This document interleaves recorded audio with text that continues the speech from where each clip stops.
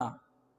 আরেক দল মানুষ হলো যারা ব্যবসা বাণিজ্য করে মাল বিক্রি করে, কিন্তু মিথ্যা কথা বলে মানুষের কাছে মাল বিক্রি করে।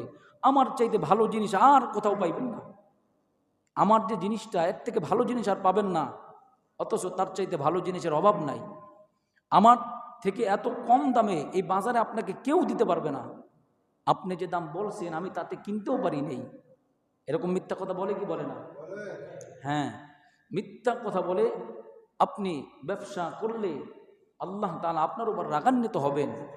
ঠিক যদি আপনি সঠিকভাবে সত্য বলে সীমিত লাভে মানুষের কাছে মাল জিনিস বিক্রি করেন, এর বিনিময়ে আল্লাহ তাআলা আপনার জন্য রেখেছেন মহা পুরস্কার।